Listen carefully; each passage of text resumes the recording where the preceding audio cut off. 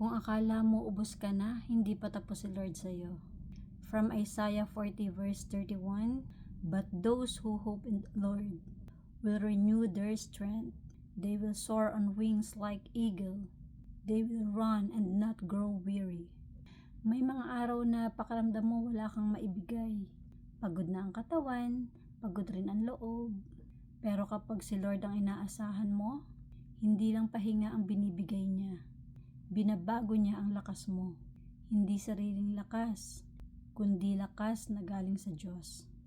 Kaya mo pang lumipad kahit akala mo gumagapang ka na. Kaya tara, pray tayo. Lord, sa iyo po ako umaasa.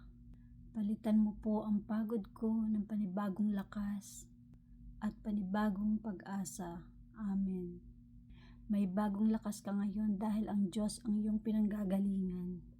Hindi ka ubos, pinapalakas ka ni Lord.